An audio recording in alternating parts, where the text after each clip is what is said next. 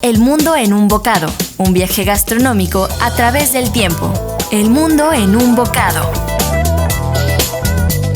Hola, ¿qué tal amigos? Soy Patricia Suárez, bienvenidos a El mundo en un bocado, en esta ocasión con un programa que creemos que va a ser de sumo interés para ustedes, que es un platillo que nos encanta, que yo creo que casi todos hemos probado y me atrevería a decir que a casi todos nos encanta, y es precisamente la paella. Y justo está con nosotros para hablar de la paella el chef Juan Carvajal de la Universidad del Caribe. ¿Cómo estás, Juan? Muchas gracias por invitarme nuevamente. Me siento ya como en casa.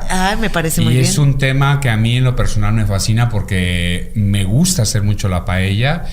Y además me metí mucho en la cocina española. Visité los lugares en España que son como los clásicos de la cocina española para probar la paella.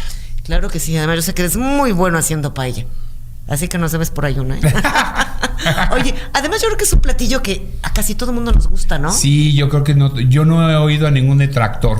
Exactamente. Que me diga, ay, esto no me gusta. Al contrario, a paladares muy complicados, con un marco de referencia muy corto, les gusta. Y a la gente muy sibarita les gusta. También, es un plato que cae bien a todo el mundo. Claro que sí. Así que, ¿te parece si vamos a ver el siguiente reportaje? A ver y escuchar el siguiente reportaje. Adelante. Las Fallas de Valencia son unas fiestas de carácter satírico sobre temas de actualidad que se realizan en la Comunidad de Valencia en España. Inician el último domingo de febrero con la crida o pregón y culminan el 19 de marzo con la crema o quema. Estas fiestas se empezaron a celebrar a finales del siglo XIX y son conocidas también como Josefinas o Festes de Saint Joseph, pues se llevan a cabo en honor a San José, patrón de los carpinteros, que era un gremio muy extendido en la comunidad.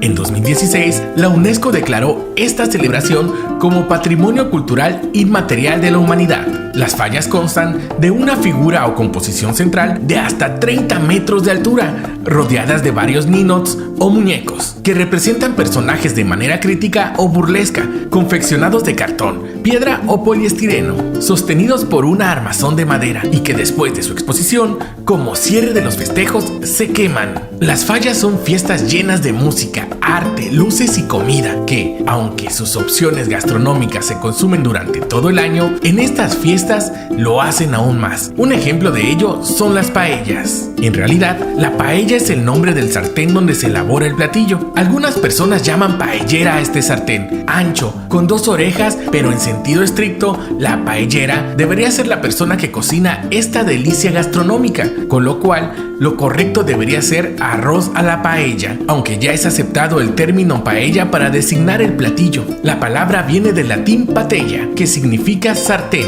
y que también es la raíz de la palabra plato. Este platillo tuvo sus inicios entre los siglos XV y XVI en las zonas rurales de Valencia, por la necesidad de los pastores y campesinos de preparar algo fácil y con ingredientes que tenían a la mano. Según los expertos, la receta original tenía arroz, carne de conejo y pollo, alubias, azafrán, ejotes, sal y aceite de oliva. En la actualidad hay varios tipos de paellas: paella valenciana, paella marinera con arroz y mariscos, paella mixta, en la que se mezclan mariscos y carne, paella negra, de sabor más fuerte, similar a la marinera, pero elaborada con tinta de calamar, lo que le da un color negro. Paellas hay muchas, pero en todas, lo más importante es la cocción del arroz. ¿Ya elegiste la que te gustaría probar?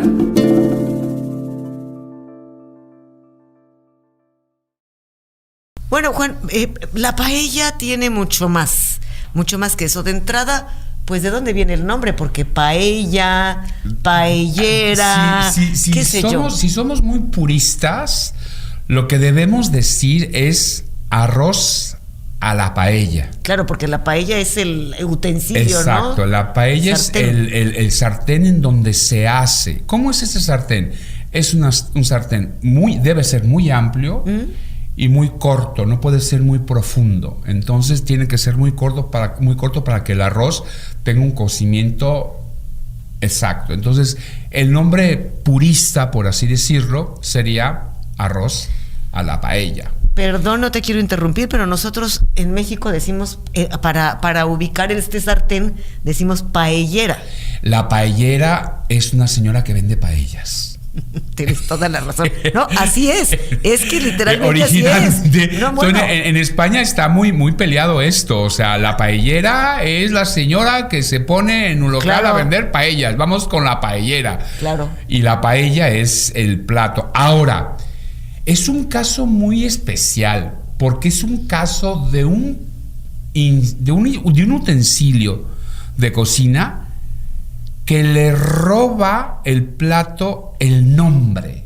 Claro. Me refiero, lo que haces dentro fue tan espectacular, trascendió tanto que le robó el nombre al utensilio. Eso es increíble. Es como nosotros cuando decimos en México una salsa molcajeteada y que hubiese una salsa que se llamara molcajete y que ya no supiéramos qué es, si el molcajete o la salsa, el instrumento y la preparación. Entonces, eso es lo bonito de esto. Desde ahí empieza lo interesante que puede ser una paella. Dime una cosa, Juan. ¿Por qué el arroz a la paella o este arroz se tiene que hacer en una paella y no en cualquier otro tipo de sartén? El resultado tiene que ser, el resultado óptimo debe ser en un recipiente extendido, pues el arroz tiende a malograrse cuando hay una profundidad lo suficientemente peligrosa para que el arroz no respire y no esponje y no se abra.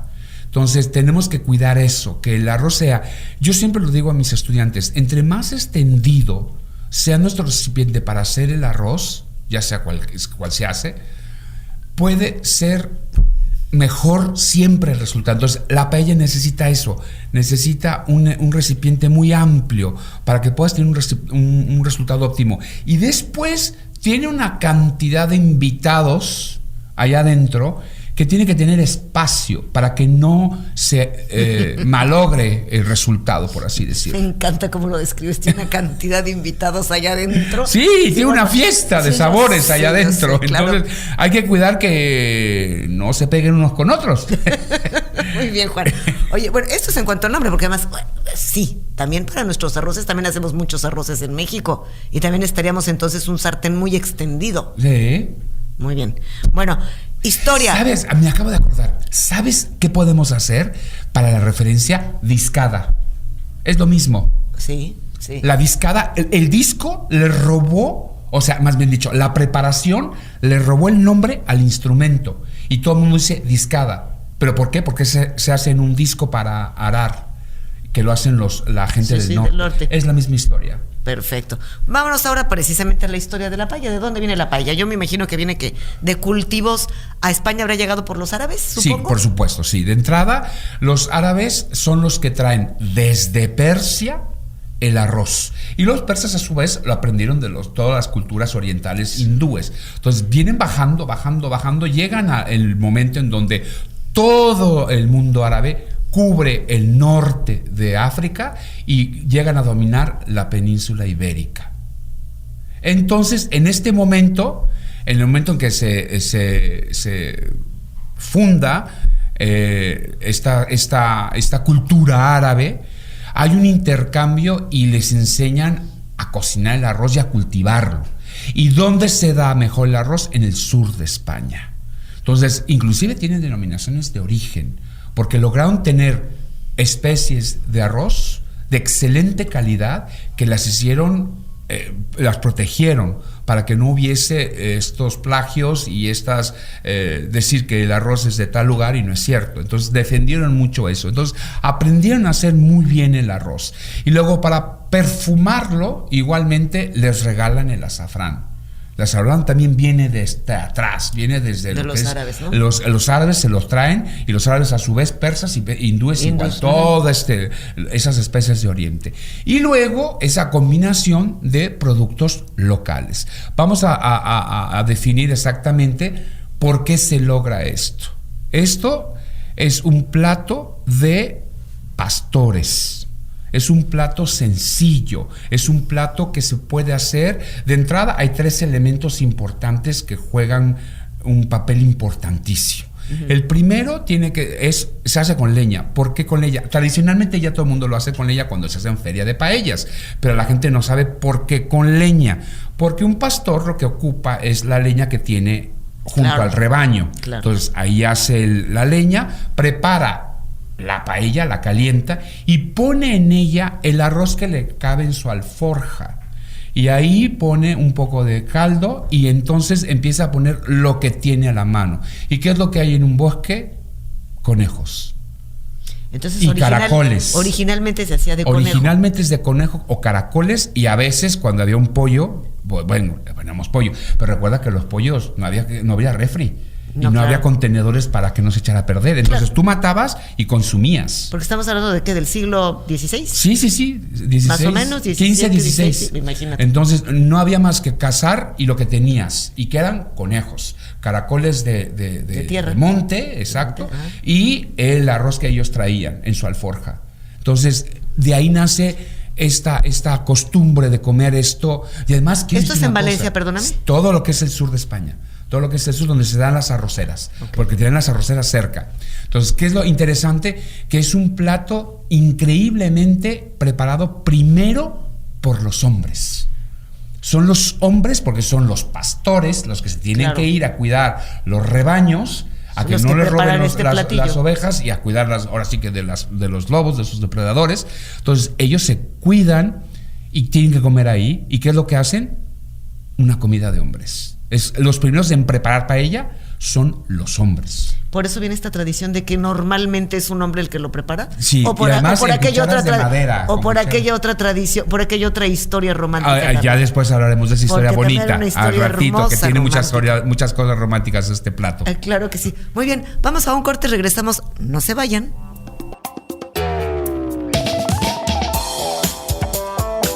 Ya estamos nuevamente con ustedes transmitiendo en su programa El Mundo en un Bocado con este tema tan sensacional que es la paella, y estamos transmitiendo por el 92.3 de FM, el 740 de AM, radioformulaqr.com, y nuestro teléfono en el estudio es 193-0200.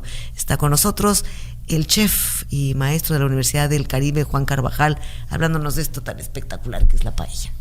Bueno, pues, mi querido Juan, estábamos como entra el arroz, toda esta historia, a España, además, y cómo se hace al ser un platillo de pastores, cómo se va haciendo con lo que encuentran, y que básicamente es conejo, ¿no? Normalmente cuando un plato pertenece al pueblo, se va quedando en el gusto del pueblo y se hace regional, y de ahí se queda para siempre. Es una historia que se replica en casi todos los países en donde se queda. Entonces, la receta original, hay puristas que se evocaron a buscarla, a tratar de rescatar lo más acercado a lo que fue las primeras preparaciones, para decir que esa es la paella valenciana. Para decirla y decirle al mundo, ok, señores, el arroz a la valenciana o el arroz a la paella es este. Entonces te traigo ahorita una serie de ingredientes. Esto es muy sencillo, lo podemos hacer en casa. Esto ya es una paella actual. Sí, una paella que podemos hacer ya en casa. Oye, perdón, ¿que tiene muchos invitados? ¿Cómo era? Que tiene muchos invitados, tiene mucha gente a la fiesta, y ustedes pueden meter todos los colados que quieran. Cuidado, porque no hay una receta. Hay algo que se puede acercar a la original, pero de ahí hay muchas diferencias entre muchos chefs y entre muchos puristas. Entonces, híjole, decir que en México hay una receta de mole única, es complicado. Claro. Y lo mismo con la paella. Pero bueno, nos acercamos un poquito a esto. Entonces, en nuestra paella calentamos aceite, ponemos pimientos cortados en julianas, después agregamos pollo, después agregamos, cuidado, pueden agregar pato. Pollo y pato se puede agregar perfecto, lomos de cerdo, salchicha. Los españoles llaman a otra cosa. Nosotros la salchicha en México le llamamos a la que hacemos con los perros calientes. Cuidado, si tú hablas en Europa de salchicha, es un embutido. Un embutido así más fino. Entonces se pone ese embutido, después se pone el tomate, un poco de tomate cortado en cuadritos pequeños. Antes de eso vamos a poner obvio el ajo. Después ponemos el caldo que vamos a ocupar. Hay gente que prepara sus propios. Ahí está el secreto de cada chef, porque hay gente que hace caldos con huesos de cerdo, otros hacen con los huesos del jamón serrano, otros más lo hacen con carcasas de pollo. Entonces ahí eso es cuestión de cada quien. Entonces agarramos, ponemos un poco de alcachofas, chícharos, ejotes, y luego los españoles meten un poco de judía blanca precocida, un poquito de judías blancas precocidas, y después trozos de anguila en pequeñas rodajas que se meten a esto. Una vez que ya ponemos obviamente sal y pimienta, dejamos esto sazonar y tapamos. Cuando ya casi el arroz pierde la humedad, hay gente que pone un poco de papel aluminio, lo cierra muy bien y pone un trapo húmedo para que esto haga que hay gente que no pone el papel aluminio, pone directamente el trapo húmedo para que el arroz reviente. Eso es muy bonito, que el arroz esté separado. Hay una parte de José Luis Borges que dice que la paella es un todo sin perder nunca la individualidad. ¿A qué se refiere? Es un plato en donde todo está metido, pero los arroces tienen que ir individualmente separados. ¿Por qué? Porque no están pegados, porque están bien hechos. Dime una cosa, ¿es algún tipo de arroz específicamente para Sí, normalmente el arroz valenciano es el mejor. En México yo recomiendo hacerlo, es una experiencia para gente novata haciendo paella. Yo le recomiendo usar o arroz paellero, que ya lo venden en el supermercado así, o arroz precocido que ayuda a que el arroz, o impegable que le llaman, para que tu primera experiencia haciendo paella no sea desastrosa. Ese pegoste es horrible, que no se haga como para repellar muros. Ajá, es engrudo. Engrudo para piñatas. Ya sé. Entonces ya quedamos con que tenemos el pollo, tenemos el pato, tenemos el conejo, el lomo. Son más carnes que lo que embutidos. En realidad embutidos. Hay gente que empieza a cambiar ingredientes, pueden poner caracoles de jardín, lo que se llaman escargots, con todo en concha. Entonces lo van cambiando y eso va dándole a la gente un juego de ingredientes que depende de tu gusto. Y cuando hablas de embutidos, le metes chorizos, morcilla. Hay gente que se vuelve loca. Hay una paella con morcilla. Yo he encontrado paellas con morcilla, claro. Y paellas con chorizo igualmente. Hay una de chorizo con conejo y habas y jamón serrano, deliciosa. Bueno, eso suena buenísima, pero si te parece bien, ese es otro punto que hay que tocar, los tipos de paellas que hay, ¿no? Aquí lo importante es que esta receta que yo acabo de recoger, de explicar, es una receta que no se acerca a decir esta es la correcta, sino que esto es más o menos lo que la gente defiende. Y hay una comunidad de valencianos que se ha dado la tarea de guardar esto como un patrimonio intangible de la humanidad. Más sin embargo, todavía no está Todavía declarado, no lo logran. ¿No? ¿Cómo se cuela esta gente? Esta gente se cuela porque la UNESCO declara la cocina mediterránea como patrimonio intangible, igual que la cocina japonesa, la cocina francesa y la cocina mexicana. Claro. Entonces, la dieta mediterránea la abordan los valencianos. Nosotros tenemos los ingredientes de la zona de Valencia, que no es que sea el sur, es el litoral del Mediterráneo. Sur, nos vamos para abajo, decimos, el Levante, podemos llamar así el Levante. Entonces, esta gente busca y se preocupa por hacer que la paella sea patrimonio intangible de la humanidad. Hay ya un documento, ya lo enviaron, está ahorita en revisión para ver si es que la declaran patrimonio intangible, porque tiene que cumplir diferentes... ¿qué es lo que busca la UNESCO para poder declararla?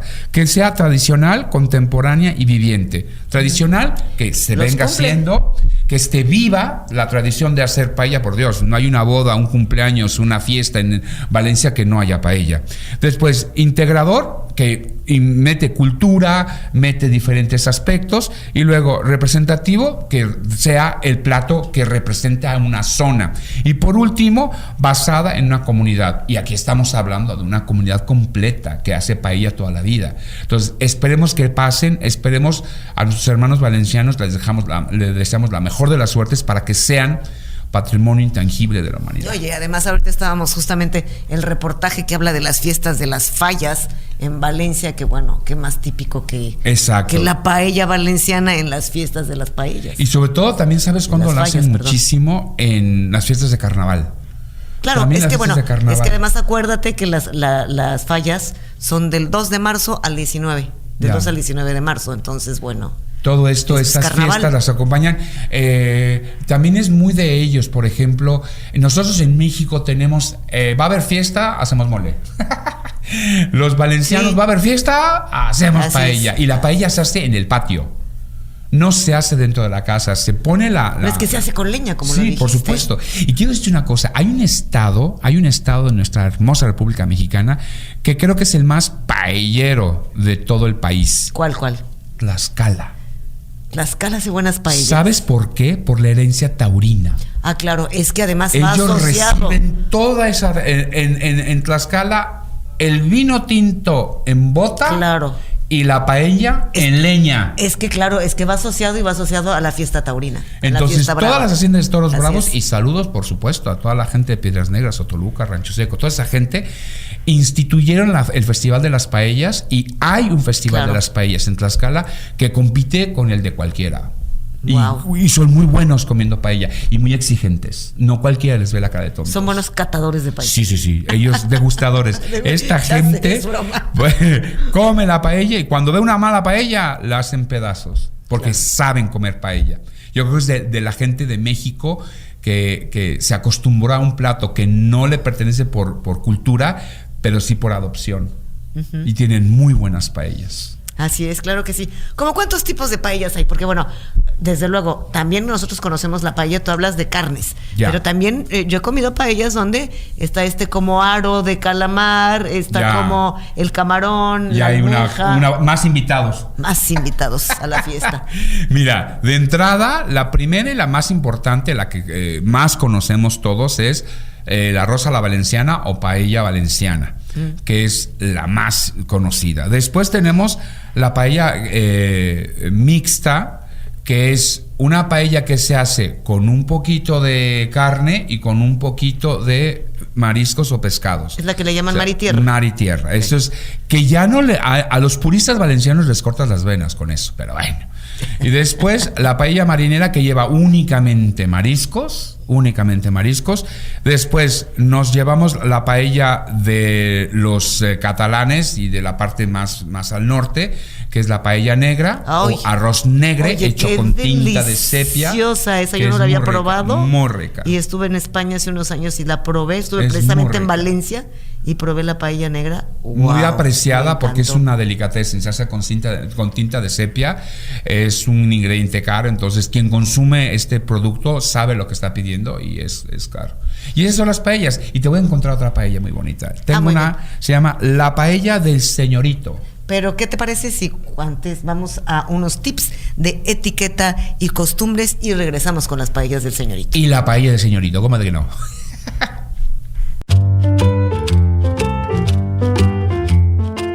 La paella es un plato español muy popular y para comerla de manera auténtica debes saber. Número 1. La tradición marca que la paella se sirve los domingos al mediodía. Número 2. Es un plato colectivo. Se pone al centro de la mesa y se come directamente del caldero. Número 3. Todo lo que salga de la paella no puede volver a entrar. Número 4. Nada de tenedores. Se usan cucharas de madera. Número 5. Es plato único, aunque pueden servirse entrantes sencillos, como una ensalada verde o unos mejillones. Número 6. Se prepara con arroz llamado bomba, que tiene denominación de origen español. El arroz inspira la creatividad en la cocina, así que a disfrutarlo.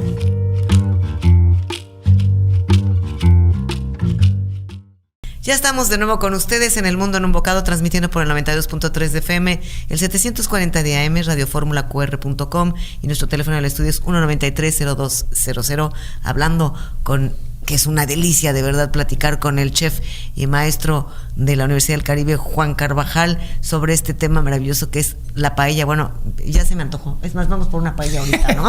Es un plato Pero que a mí ahorita me gusta hacer mucho, ¿eh? Bueno, ya te dije que nos debes una. Sí, y luego sus derivados, porque híjole, los españoles llegaron y los cubanos hicieron su versión, arroz imperial, los mexicanos hicimos el nuestro, arroz a la tumbada, Sí. y así cada país latinoamericano hizo su propia versión del arroz con algo. Exacto. Entonces creo que es una herencia bonita. Pero estábamos con aquello de la paella pa'l señorito. Para el señorito. Esta es una paella que se hace con pescados y mariscos, pero para alguien que no quiere meter los dedos en el plato, que no quiere meter ni en las conchas, ni limpiar un camarón, nada. Con el tenedor, y además se come con cuchara, cuidado, la paella se come con cuchara de madera. Entonces era comerlo así. Entonces, pues venga, es la paella del señorito. Y luego te tengo una anécdota muy bonita también. En las fiestas, antiguamente se hacía la paella y se le cortaba la cresta a la gallina, o sea, la cresta, y se acomodaba en el caldo para que le diera un poquito de grenetina y una consistencia al caldo para que tuviera el arroz una mejor consistencia. Y una vez que empezaba la fiesta, así como danzón dedicado a... Sí, sí. Aquí era la cresta para más guapa. Y entonces en el plato a la más guapa le ponían la cresta del gallo. Ay, de ahí viene el piropo de la cresta, la cresta, más guapa. La más guapa, claro, venga. Claro, muy bien. Entonces era muy simpático. Oye, y bueno, hablando un poquito de historias, también habíamos platicado, nos estabas contando que las paellas más bien las hacen los hombres, y me habías platicado nos platicaste que era porque eran pastores, pero creo que por ahí también hay una historia muy romántica de por qué los hombres son la gran mayoría de los que cocinan la paella. O sea, muchos más hombres que mujeres hacen la paella. Por supuesto, y aquí la historia es muy romántica y no se sabe si es cierta o es una leyenda o es un cuento. Ajá. Pero habla de un joven que quería enamorar a su novia y quería invitarla a un festín hecho por él, y entonces se le ocurrió hacer una paella y le preguntaban que para quién era y él decía, pues paella. Y de ahí, pues paella. Y entonces de ahí la gente, esto es más romántico que cierto. Ajá. Pero me gusta la historia de un hombre satisfaciendo por medio del gusto del buen comer a una mujer, que normalmente es lo contrario. Claro. Normalmente es la mujer es la que ofrece las delicias y el hombre cae redondito. Aquí él hace su intento, ¿no? Eso y luego lindo. Otra historia también muy bonita existe sobre cuando la independencia de España, los franceses habían tomado Levante, y entonces había un general que era muy rudo, un hombre con un criterio militar muy severo, y entonces a la hora de comer, una vez una valenciana le ofrece una paella y le encanta a este hombre, y cae rendido a los pies de esta mujer por cómo cocinaba. Y entonces le dice que si tú me haces este plato diferente todos los días, yo suelto un prisionero. Y se dice que soltó a 176 prisioneros. Eso significa que hay 176 Ella formas de hacer hizo paella. 176 veces la paella, poniendo cada vez algo distinto, para que cada día él fuera capaz de cumplir su promesa de soltar un prisionero. ¿No te suena como el cuento de las 1001 noches? Sí, no, muy raro. La verdad. Pero es lindo, porque es una forma de entender que la paella está hecha para que tú pongas tu sello personal en ella. Tu imaginación. Respetando la paella tradicional, sí. Ahí está la receta, la acabamos de mencionar, de que está hecha, de pollo, conejo, algunos embutidos, bla, bla, bla. Todo esto ya lo dijimos, que es parte de la cultura de una comunidad que defienden. Pero si tú quieres poner algún ingrediente que creas que le va a llevar, yo hago una de coco riquísima. ¿Paella de coco? Sí, eso sí no lo había escuchado nunca. En vez de caldo, señoras y señores, en vez de caldo, óigalo bien, compran leche de coco para cocinar. Cuidado, no de la que usan los lactointolerantes, esa no sirve. Entonces, aquella que usan para cocinar. Y en vez de caldo de pollo, ocupamos leche de coco. Y me cuentan, la hacen y le dicen a Pati en sus conexiones. No, escríbanos, llámenos. Ya hicimos la paella de coco del chef Carvajal y nos encantó. Quedó guapísima. Ya lo verán. Muy bien, chef. Te tengo aquí un pero dime una cosa. Cuéntame. ¿Y un secreto para hacerla bien? Para que no se te pegue el arroz. Yo les recomiendo a todos que es el santo grial de la paella. 2 tantos de arroz contra 4 de agua. O 2 de agua contra 1 tanto de arroz. Siempre. Caray. Es el doble. Si vas a hacer 1 tonelada de arroz, son 2 toneladas de caldo. Si vas a hacer 1 tacita chiquitita de arroz, son 2 de caldo. Esa es la clave. No pasarnos de humedad porque sobrecocemos el arroz. Y eso daña el resultado final. Se bate. Y se hace un lindo engrudo para hacer piñatas a la valenciana. ¿Cómo? ¿Cómo? Oye, ¿sabes para qué nos va a servir? Hablando de las fallas, ¿sabes para qué? Para los ninots. Sí, para exacto. los ninots, los muñecos estos gigantes. Para eso les va a servir la paella si se pasan de agua. O para repellar muros de la catedral. Ya lo verán. Muy bien. Oye, un socarrat.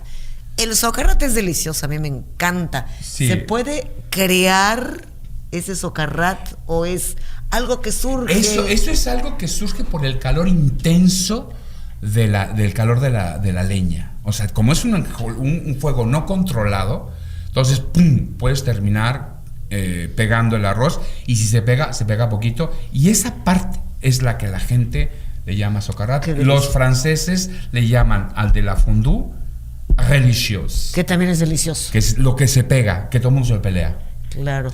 Okay, es como en nuestras carnitas y esto, la parte final. Sí, el asientito. El asiento de las carnitas, que lo peleas en una tortillita con salsa verde. ¿Qué tal de delicioso? Muy bien. Pues el socarrat nos encanta. Pero bueno, vamos a ver ahora la opinión del chef con Federico López. Adelante, Fede.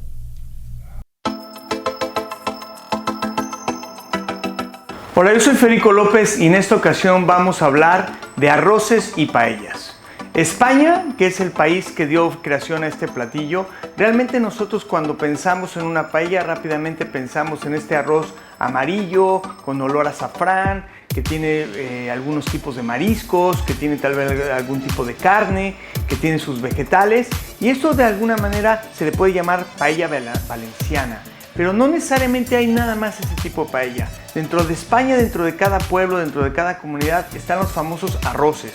Y hay arroces de campo, arroces que de alguna manera simplemente con los ingredientes que se tienen alrededor de la campiña se preparan estas delicias. ¿Cómo se hacen en algunas ocasiones? Se hacen con productos de casa, se hacen con arroces que de alguna manera pueden ser de la región o que simplemente tienen una mezcla de los productos que encontraron en la temporada. Uno de los más famosos puede ser el de conejo con alcachofas, otro puede ser de gambas al ajillo con un poco de espárragos o simplemente la combinación de mar y tierra. Pero lo que sí es algo muy importante es que hoy en día los restaurantes han puesto muy de moda tener diferentes preparaciones de mini arroces o pequeñas degustaciones de lo que se le llama el socarrat. El socarrat es esta costra del arroz pegado que está como doradito, como quemadito, que está en el fondo del sartén. Y muchos de los chefs y de los colegas están haciendo preparaciones con el socarrat y aquí en Quintana Roo tenemos restaurantes que están también teniendo esta opción.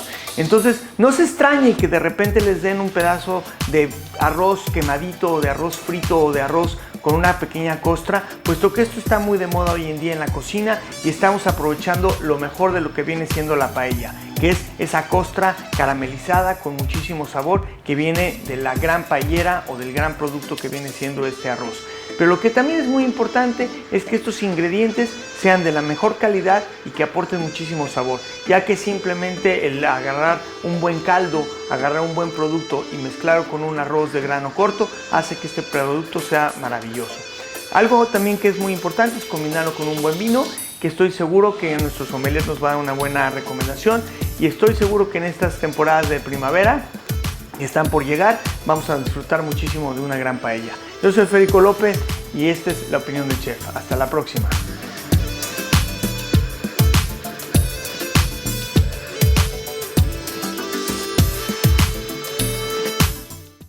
Ya estamos de nuevo con ustedes transmitiendo en su programa El Mundo en un Bocado por el 92.3 de FM, el 740 de AM, radioformulaqr.com y nuestro teléfono en el estudio 193-0200. Platicando maravillosamente, que es una delicia, con el chef y maestro de la Unicaribe, Juan Carvajal, sobre este tema que es la paella. Pero primero, ¿Qué les parece si vamos a la opinión del sommelier, que nos diga con qué vamos a maridar este excelente platillo? Adelante.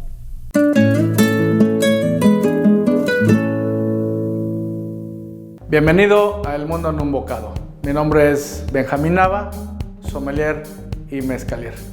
Hablando de paellas es hablar de cultura y de una armonía de sabores entre una infinidad de productos, en su mayoría de la misma región en donde se elabora la paella. Podemos encontrar diversas paellas que ya se han comentado, entre ellas la paella valenciana, una paella de mariscos, una paella negra a base de tinta de calmar, de montaña, y pues también se puede hacer una paella vegetariana. En primer lugar, una paella valenciana de mariscos. Puedo hacer la recomendación de un vino Chardonnay.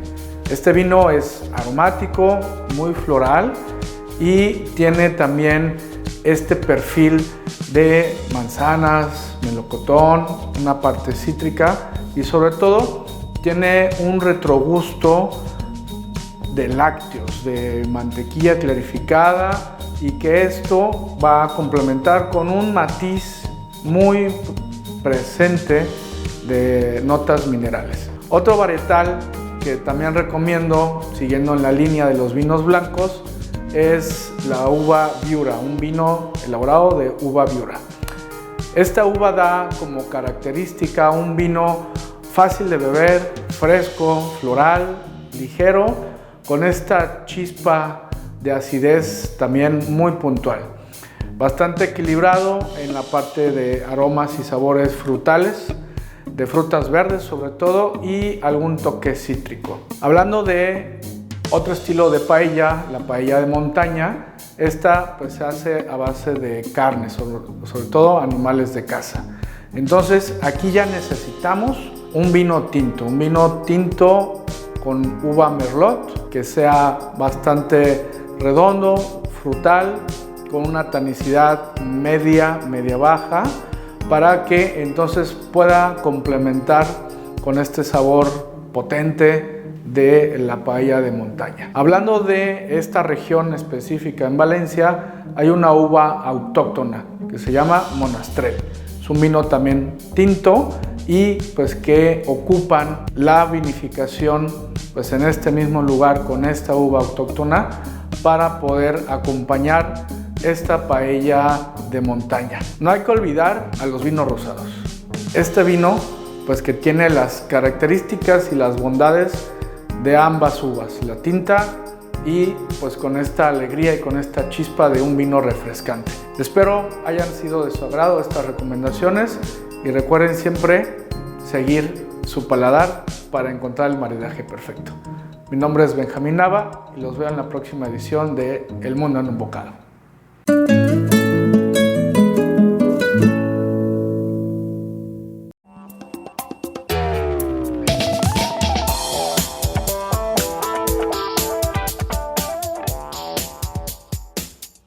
Bueno, caray, pues chef Juanito Hermoso, hablábamos de lo que era la independencia con la paella. ¿Y qué sucede? Porque yo me imagino que como es un plato de toda la vida, después viene pues la guerra civil, que además en la guerra civil no hay ni que comer. ¿Qué pasa ahí? Ahí pasa, yo creo que España no la pasó nada bien. Claro. Y la gente tiene que reducir los ingredientes que van dentro y a sustituirlos por otros más. Y eso es en todas las culturas del mundo.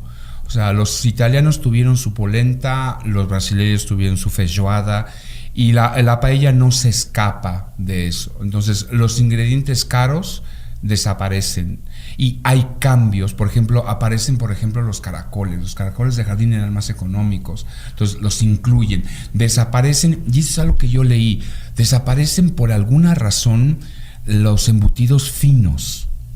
Los embutidos desaparecen, las morcillas. ¿Cómo los ibas a hacer? Sí, si además estás en guerra, ¿cómo? Sí, no había manera ni de conseguirlos, claro, ni de comprarlos. Entonces, y la gente estaba más entretenida con la guerra, claro, que con lo que iban a comer. Comían lo que podían. Sí, además de estar criando animales. La paella también tiene esa parte triste, que no todo fue esa bonanza preciosa que tuvieron.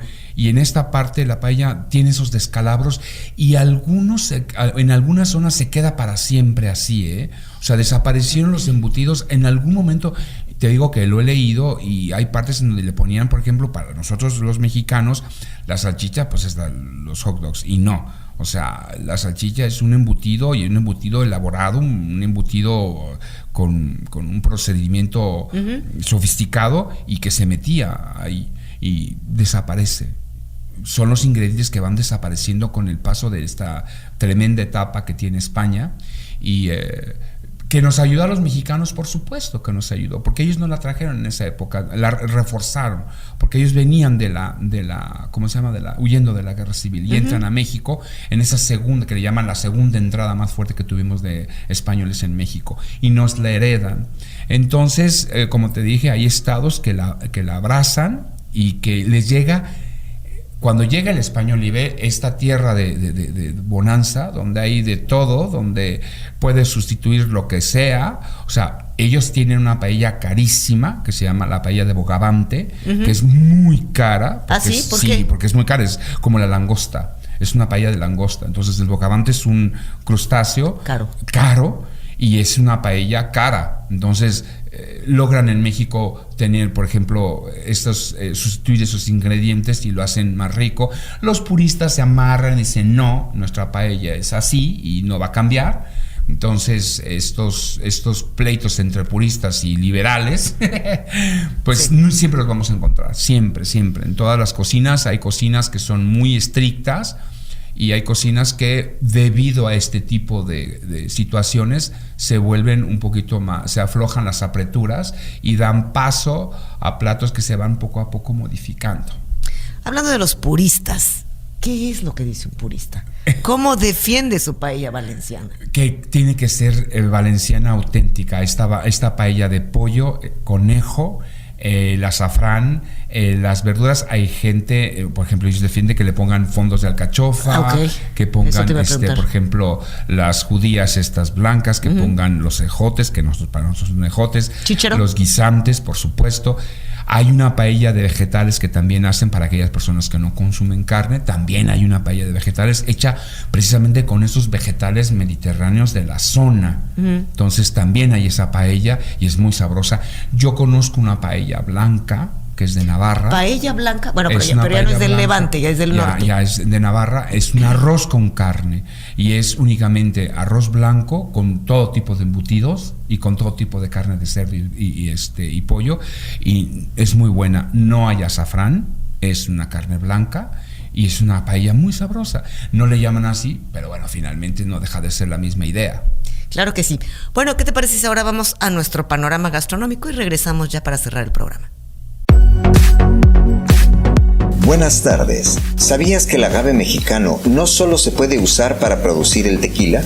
Un grupo de científicos del Instituto Politécnico Nacional extrajeron de la planta una sustancia llamada agavina, la cual ha resultado ser muy efectiva en el tratamiento del síndrome de colon irritable o colitis, probado en pacientes del Instituto Nacional de Nutrición Salvador Subirán en Morelos. Los investigadores aseguraron que los efectos de la agavina se prolongan hasta por 15 días aproximadamente, por lo que el tratamiento requiere su ingesta cotidiana. Por ahora, los resultados son alentadores y todo indica que podría ser un tratamiento muy efectivo. El café es una bebida que, además de tener un maravilloso sabor, tiene beneficios para la salud. Está comprobado que la cafeína contribuye a la consolidación de la memoria a largo plazo. Además de la gran variedad de opciones de café de grano, existe el soluble, el cual apareció en su versión más remota en Gran Bretaña en el año de 1771. Más adelante, en 1850, en América apareció una fórmula experimental que tenía consistencia de pasta y, como lo conocemos hoy, surgió en 1901. Fue inventado por Satoru Kato, químico estadounidense de origen japonés, que aplicó la liofilización, que es un proceso de deshidratación, como lo había hecho con el té, para conseguir que el café mantuviera su aroma y sabor. En México, las bebidas alcohólicas están sujetas al pago del Impuesto Especial sobre Producción y Servicios, IEPS. Sin embargo, El pulque, con grado de alcohol de 4%, ha quedado exento de este impuesto, según lo anuncia el Servicio de Administración Tributaria, SAT, en su portal de Internet. De acuerdo con el artículo 8 de la ley del IEPS, que establece que el aguamiel y los productos derivados de su fermentación son exentos del pago de impuestos, ahora quienes se dedican a la producción y envasado de esta llamada bebida de los dioses tendrán un mejor incentivo para la promoción y florecimiento de esta industria en el país. Hasta aquí con el panorama gastronómico de El Mundo en un Bocado.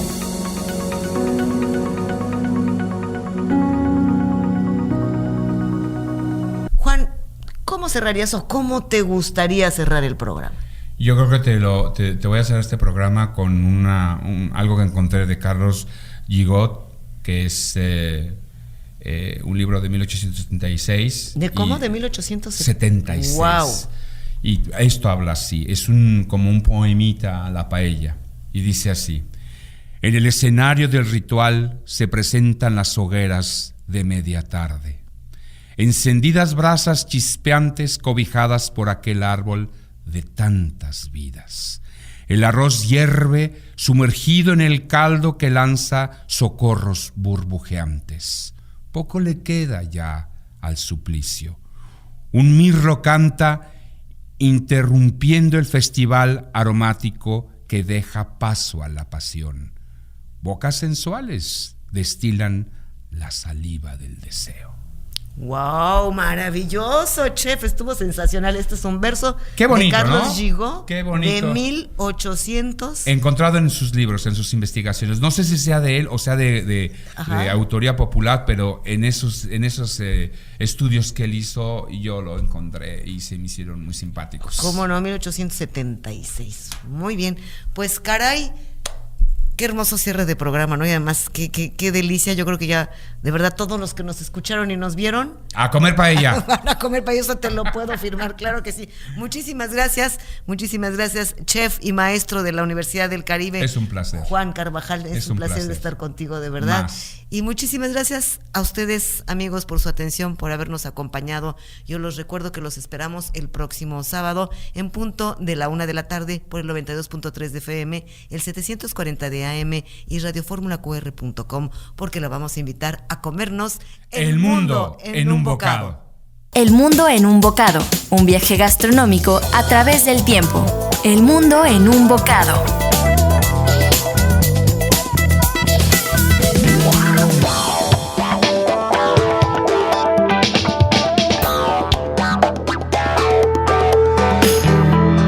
Las opiniones expresadas en este programa son responsabilidad de quienes las emiten